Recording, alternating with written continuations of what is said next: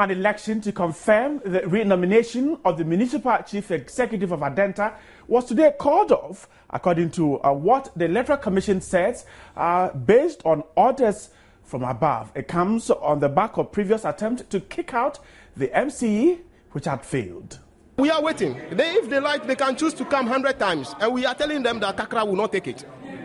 We will still vote Kakra out, and I'm assuring you, we will vote Kakra out. If they bring her 100 times, we'll vote her out. We'll vote her 100 times. A number of the assembly members who were pushing for her removal say the last-minute scrapping of the process is only an attempt by unseen hands to hold off her outright rejection, vowing to get her out no matter how many times she's presented. And this is today's big story.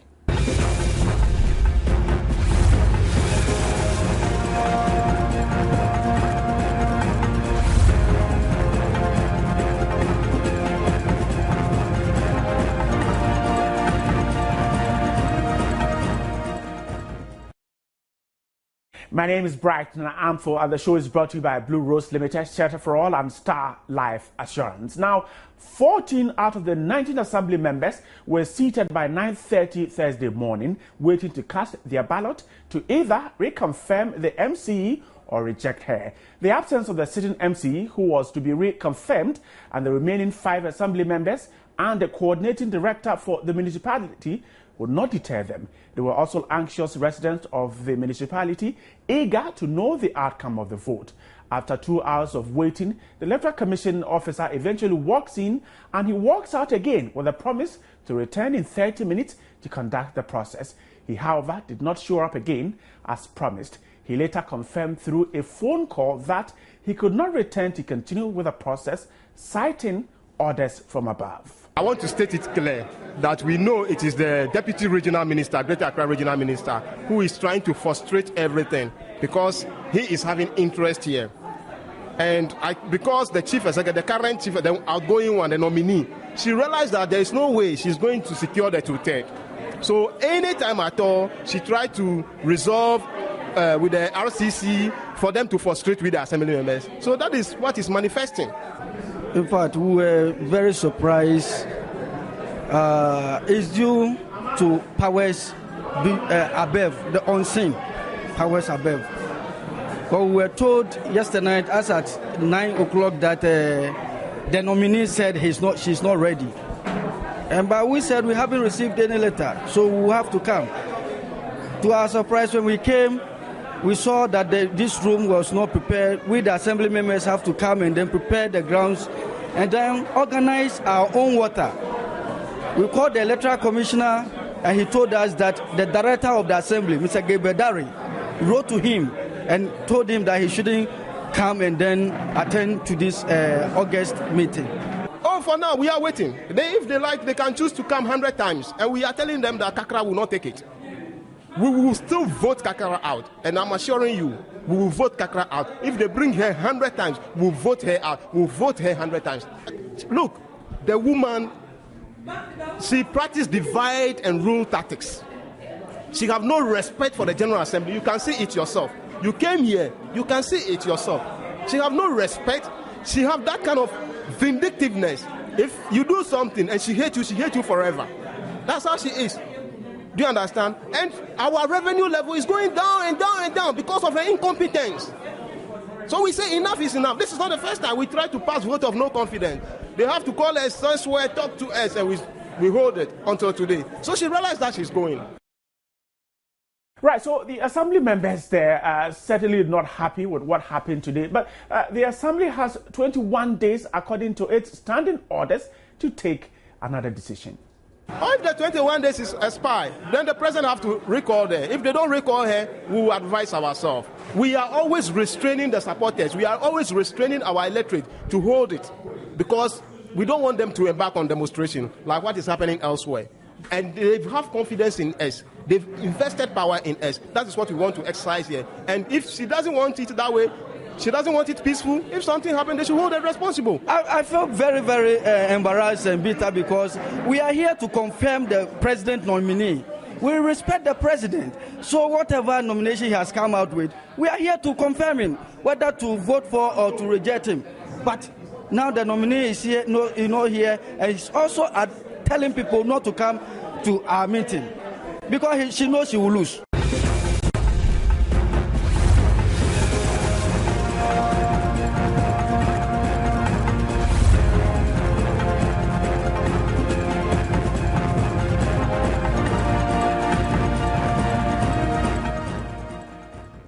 Right, so the agitation against the MCE is not limited to the assembly. Some constituency executives of the NDC in the Adenta municipality have also been demanding her resignation. At the time of filing this report, she had declined requests to be interviewed on this particular matter. But we'll be discussing this issue. It keeps coming and going. Eric Osei Odro is the Dean of Studies of the Institute of Local Government Studies. Welcome to today's big story. Thank you, my brother. Rejection of assembly members is becoming quite rampant and worrying. Is this a sign that this is the time to elect assembly members? Thank you very much. I think I have said it on a number of occasions that the view of the generality of Ghanaians is that they want their chief executives elected. And it is better as a nation we listen to the views of the people. Because if they end up rejecting chief executives every now and then, they are sending a signal. Why don't we listen to them for once? If we don't do that, my fear is that this may continue. But another circumstance... Is this really the view of Ghanaians, or you think that it's a party thing at that level? No, it is. I think Ghanaians are beginning to understand democracy, and they are beginning to understand that their voice must be heard. And they are beginning to understand that there is a need for them to hold their leaders accountable. And they want leaders that they have chosen so that they can hold them accountable, rather than leaders being appointed by people to be imposed on them, as it were. So the rejection, you think, is not coming from party people who perhaps would want another person in that position instead of whoever is sitting there? It can't be a contributory factor.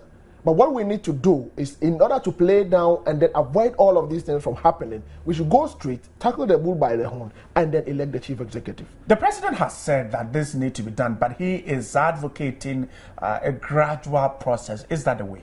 That is the way. I agree with the president that we have to face it out and then gradually make sure that they are elected. But then if we have to approach it gradually, what is the first step that we need to take? Because we should start from now. We need a national roadmap towards ultimately electing chief executive in the next 3 or 4 years. So once we initiate the process, people would know that even if we are not electing them now, the signs are that we are going to elect them. But as of now, we don't have a national roadmap. So where is the national roadmap? That will tell us that in the next 3 years or 4 years, chief executives in Ghana would be elected. Looking at our political dispensation, do you think this is something that can be achieved?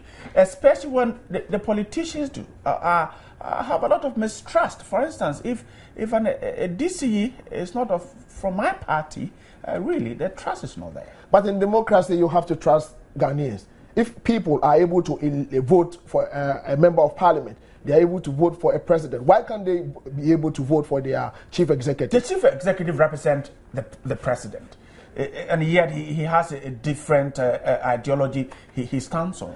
I have advocated that if we want to go all out to elect chief executives, then we should amend the constitutional provision that makes the chief executive a representative of the president and make the chief executive a representative of the people at the district level to manage the district on their behalf.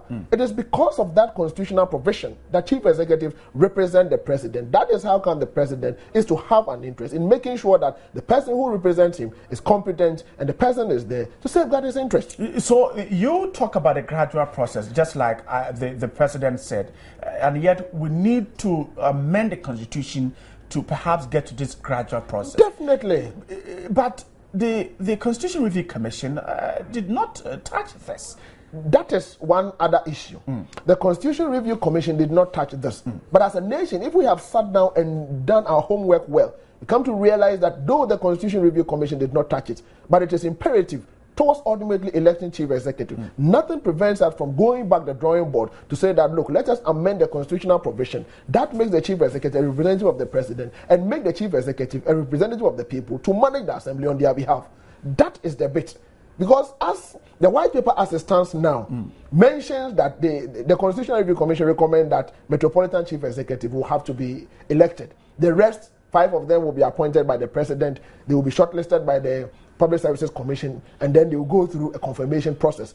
Still, the president has a hand in it. So what we want is amend the constitutional provision that makes the chief executive a representative of the president, come up with a national roadmap towards ultimately electing the chief executive. In that case, people will be rest assured that chief executives will be elected. Even if they have some agitations, it can be toned down. I'll come back to you to find out if this arrangement, you think the politician will be very willing to let go and elect the MC or the DC. But let me go to the phone lines. Now, Eric Tony Blair is a member of the Assembly, the Adenta Assembly, and he's just joined me online. Now, Eric, thanks so much. Now, first of all, what are the reasons for throwing out the president's nominee?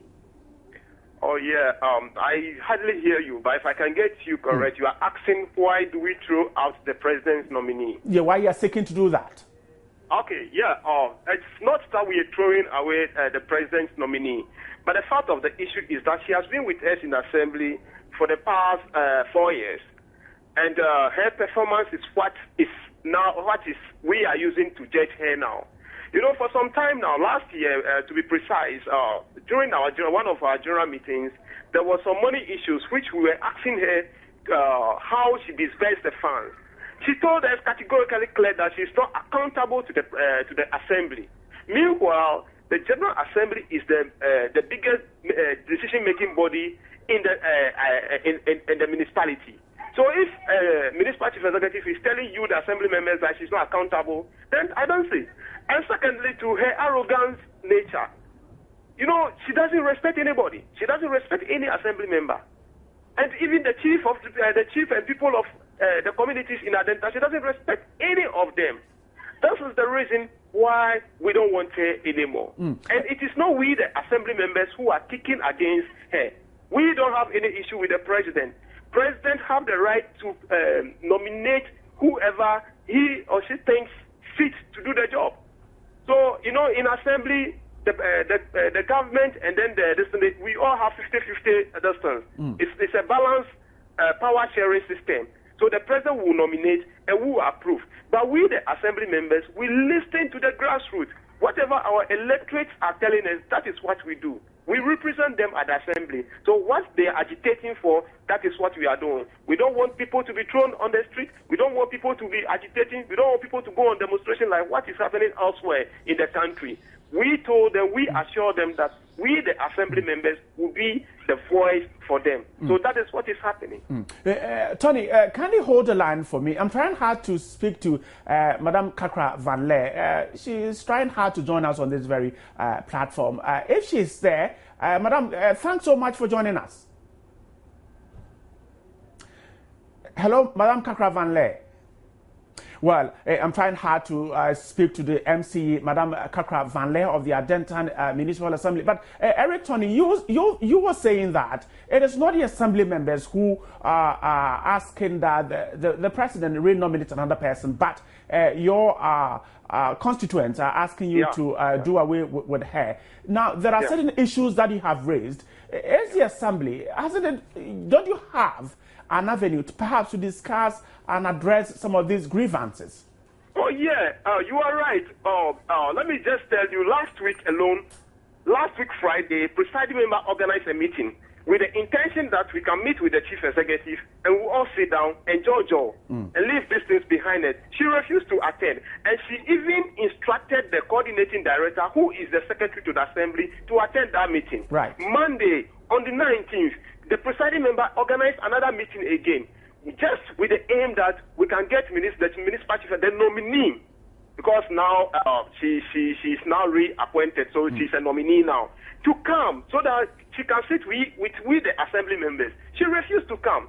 The coordinating director again refused to attend that meeting. Today, the presiding member organized another meeting, which we are expecting that she will be there and for us to talk. But she doesn't come. And even if you see how the meeting is organized today, it is solely we have to go and distribute the letters ourselves. When they came, we have to use our own pocket money to buy, to refresh the chief and people of Adenta who attended this meeting. All these things doesn't order well for the assembly. Do you understand? So we don't know the avenue. I think she's expecting us to go to her office and sit with her, but that is not the issue. Right. We, the assembly members, are not accountable to the municipal chief executive. She is the member of the assembly, and if we raise concern, we invite her for us to sit down and talk.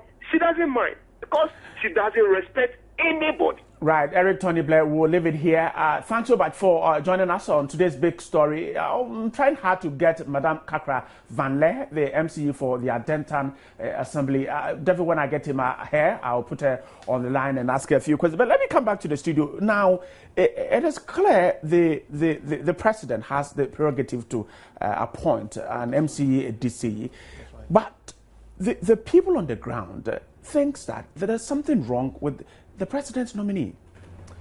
You see, the law as it stands now, they may think that there's something wrong with the president nominee, but the chief executive does not represent the people. The chief executive represents the president. So it is the president who decides on who to represent. So him. Indeed, he or she is not accountable to the people, but to the president, the one who is accountable to the people through the assembly. But because of the nature of his or her appointment, he is more aligned to the presidency than to the people within the Adenta and its environment. So that is the challenge. If we don't amend the constitution, then the chief executive will continue to say that I represent the president, and it is only the president who can remove me. You can activate your 2/3 majority, but it is difficult for any assembly to exercise that power. So then the chief executive will continue to be there. Can consultation with the grassroots reduce the friction between assembly members and nominated DC MCs and the presidency? I think this it can work. The consultation can work. But the people who can do the consultation are the assembly members. So we need to talk to the assembly members to get down there to do the consultation. And the people who advise the president and make recommendations to the president should also come down to also do the consultation. There is the need for unity in terms of the party members. The process not open enough. 5 people nominated, they go through what they call vetting before they are sent to the top to be vetted and all that. It's just not open enough. I'm not sure whether they have started implementing the 5 persons. Some parties claim that they have done that in the past. Yeah, but if that was done, why then would the people say that we don't like this person? Because as the gentleman was talking, the gentleman mentioned that they have sent the signals that they had even wanted to impeach the woman. So the signs are just clear. So if you have 5 people, why then do you go back and then renominate somebody that the people said they don't want? So my position is that the person represents the president. The grassroots has little to do when it comes to the chief executive. It is the assembly members who can decide not to confirm her. So she needs to sit with the assembly members, and then if possible, let us get the regional minister and other prominent opinion leaders within the Adenta and its environment to call them to a round table and smoke the peace pipe. Because with this, the Adenta environment cannot develop. Is this a setback of the whole decentralization process? I think it is a setback, I would say, because the essence of decentralization is to make sure that governance gets closer to the people, and that the people have a say. They express their opinion, it is respected, and it is taken on board. But in this case, their opinions are expressed, and the understanding is that whether you like it or not, this is the person I have appointed. So this one is a dark spot in our decentralization, especially political decentralization. And if we want to deepen it, we have to go all out to elect the chief executive. It makes it more difficult to achieve a totally political decentralization. It makes it difficult. In fact, that is one of the most outstanding items when it comes to political decentralization. We are doing well as a nation. The only thing that is left now, in my view, is to ultimately elect chief executive. Once we elect it, we'll be totally done with political decentralization in our devolution. Before we left off to listen to the assembly members, I wanted to chip in this. Now, looking at our political history, would a politician allow this process to go through and be implemented? That is the challenge we have as a country. Politicians are few. The rest, majority of us, are more than the politicians. If something would inure to the benefit of the majority of the society, but then to the disadvantage of the politicians, should we allow it to be an obstacle towards development? The current arrangement inures to the advantage of the politicians than to the ordinary Ghanaians. So the politicians should put their political agendas aside and for once say that in the interest of national unity and in the interest of the generality of Ghanaians, let us go for the election of chief executive. If we go initially, we would have challenges, but we can learn from our challenges and perfect the system. And so who would have to initiate this process? The politician, civil society, who takes the first step? The civil society should raise awareness. The political authorities should initiate the process. Those at the grassroots should support the process. But in every process, you need the political will and the political push. And once it inures to the benefit of the politicians, you can be sure that they will be very slow in implementing it. So they need a little push and a little advocacy around the issue by the civil society organizations. And once they do that, I believe one day we'll get somewhere. All right. Mr. Osei, just hold there for me. Now, the NPP is marking its 21st anniversary, and the chairman of the NDC attended the program, and he mentioned that the winner-takes-all syndrome is a setback to our political gains. Now, let's take a listen to what Dr. Kwabena said at the NPP 21st anniversary meeting there. Government change. What I've seen is that no king lasts forever. The people will be fed up one day. So let us be patient. I think that something that makes us insecure is the fact that usually the winner takes it all. Now, from now, don't let the winner take it all. Let us share. This country belongs to all of us.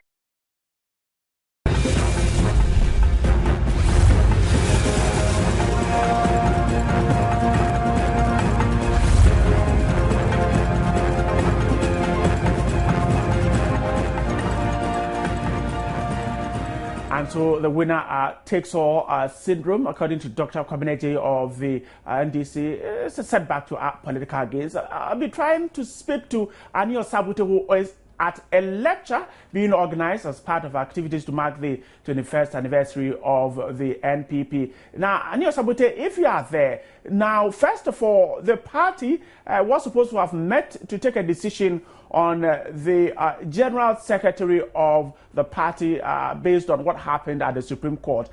Did the party take that decision? Well, I'm yet to have Ania Sabute on the line, but of course we'll be talking about a few issues that have come up at the... Ania Sabute, thanks so much for speaking to me now. The National Executive Committee of the party was supposed to have met to take a decision on Mr. Kwejo Owusu-Afriyie, the General Secretary of the party, based on what happened at the Supreme Court. Did the NEC take that decision? Well, good evening, Bryce. Yes, indeed, the NEC met. They met 2 hours before the main event started, and to the contrary to expectations that John's issue was going to come up, it didn't come up. I spoke with the communication director, Nana Kumia. He said that nothing of that sort was discussed. What was actually discussed was the case that it took to the court and the outcome that they're expecting the Supreme Court to give. So there was nothing about John. He talked about the fact that almost everybody who mattered in the party was around. Former President John Kufuor was there, the party chairman was there, and almost everybody who mattered in the party was around for the next meeting here at the OSU Festival. There was nothing about John. The John issue never came up anywhere. In the right. But early on in the day, the NDC chairman was at the anniversary of the NPP, and one issue he raised is the winner-takes-all syndrome, which he thinks is destroying our political culture. Now, how did the two parties take this? Well, I bounced that particular question to Nana Kumia, and his response was that, this is not really a new thing that has come up, but the challenge they've always had is how do you put this into practice? We give a scenario, for example, when President Kufuor came to power in 2000, and he had to sort of do some key appointments. For example, you look at it then the presidential candidate for the CPP at the time, Professor Mike Hagan, was appointed into a position. You look at Papa Kwesi Njoom, who later became the flag bearer of the CP, was appointed into a ministerial position. He said there was something like that. Then when they moved, when they left for after 8 years, Professor Mills came. They didn't see much of that, and then John Mahama taking power, and this particular issue has come up again. He said it has always been on the board, but the question is, how do we move it forward? How do we really put this particular, idea of trying to sort of shake ourselves off this whole winner-take-all syndrome? How do we move on as a nation from this? So that has been the challenge. And from the body language of the politicians you saw there, and from the speech of Dr. Kwabena Adjei, did you see the politician once and for all agreeing that indeed the winner-takes-all syndrome is destroying our politics, and so we need to chart a new path? Clearly, I mean, if you have to even based on the response that Dr. Kwabena Adjei received earlier today at the MPP program, that should tell you that indeed all of them are open to that particular idea. But the challenge has been, how do we move it forward? And even the question is, which specific areas are people to be appointed, and what do you call inclusive government? What we call winner-takes-all syndrome, for example. So, in itself, the thread of definition is one thing, and then the other issue is putting that particular concept into practice. So, the two parties understand that, we need to move away from that particular culture of where one party comes to power and everything appears to be theirs, and the rest don't matter, and then there's a reverse, and it happens the same way. Now we need to move on to the people where, for example, somebody could live in Ghana and he can openly identify with a political party and still know that, for example, I can speak my mind, but still belong to a government of one. Right. Thank you so much. Anil Sabute is at the NPP lecture marking its 21st anniversary. Let me wrap up in the studio with Mr. Osei. Now, just briefly on this, the winner takes all, our political culture. What do you think about it? I think it's a good move, and the statement by Kwabena Adjei it's also welcome. It's good the two big political parties in this country are agreeing on a winner take all thing, that we should abandon the idea. But where do we start? We need to initiate a national debate, a national consensus on that matter. We need the two parties to initiate the process. They should organize a joint meeting, inviting all people for us to brainstorm on the areas of winner takes all. Let us come up with a definition. Let us look at what goes to which one, and then let us initiate the process. One way of even deepening the process is the election of chief executive. Because if you go into election of chief executive, we know that the NDC is likely to get most of the seats in the Volta region. The NPP is likely to get most of the seats in the Asante region. So what it means that whichever government that is in power, you have your people as chief executive. Let us start from there, and I think we'll be able to make a headway as a nation. Thank you so much. Thank you, my brother. For talking to me. Eric Odrosai is the Dean of Studies of the Institute of Local Government. And of course, we'll be getting you more on these very issues later on when Israel comes your way at 8 p.m. But the show was brought to you by Blue Rose Limited, Shelter for All, and Star Life Assurance. We're coming back, don't forget, with an interactive segment. The JN Interactive and Marian Toure will be joining me soon. But for now, we're taking a break. When we come back, you are what we'll be talking about. Stay interactive.